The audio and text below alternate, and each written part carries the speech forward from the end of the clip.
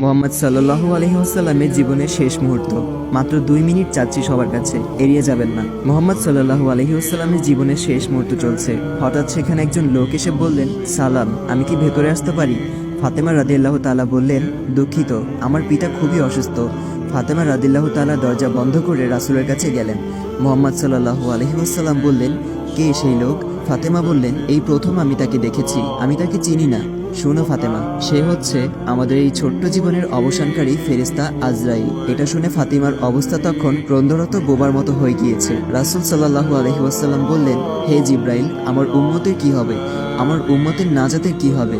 জিব্রাইল আলাইহি ওয়াসাল্লাম বললেন, হে রাসূল, আপনি চিন্তা করবেন না, আল্লাহ ওয়াদা করেছেন আপনার উম্মতের নাজাতের জন্য। মৃত্যুর ফেরেশতা ধীরে ধীরে রাসূলের কাছে এলেন জান কবজ করার জন্য। মালাইকাত মাউত আজরাইল আরো কাছে এসে ধীরে ধীরে রাসূলের জান কবজ করতে থাকলেন। পাশে দাঁড়িয়ে থাকা জিব্রাইলকে রাসূল বললেন ঘোঙ্গানির সাথে, ও জিব্রাইল, এটা কেমন বেদনাদায়ক জান কবজ করা। ফাতেমা রাদিয়াল্লাহু তাআলা তার চোখ বন্ধ করে ফেললেন। আলী রাদিয়াল্লাহু তাআলা তার দিকে উপর হয়ে বসলেন। জিব্রাইল তার মুখটা উল্টো দিকে ফিরিয়ে নিলেন। রাসূল সাল্লাল্লাহু আলাইহি ওয়াসাল্লাম বললেন, হে জিব্রাইল, তুমি মুখটা উল্টো দিকে ঘোরালে কেন?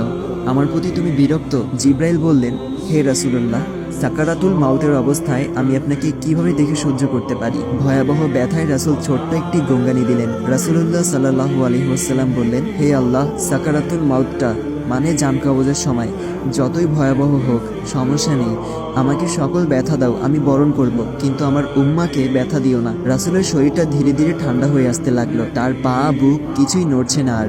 রাসূলের চোখের পানির সাথে তার ঠোঁটটা কম্পিত ছিল। তিনি কিছু বলবেন মনে হয়। আলী রাদিয়াল্লাহু তাআলা তার কানটা রাসূলের মুখের কাছে নিয়ে গেল। রাসূল বললেন, নামাজ কায়েম করো এবং তোমাদের মাঝে থাকা দুর্বলদের যত্ন নাও। রাসূলের ঘরের বাইরে চলছে কান্নার আওয়াজ।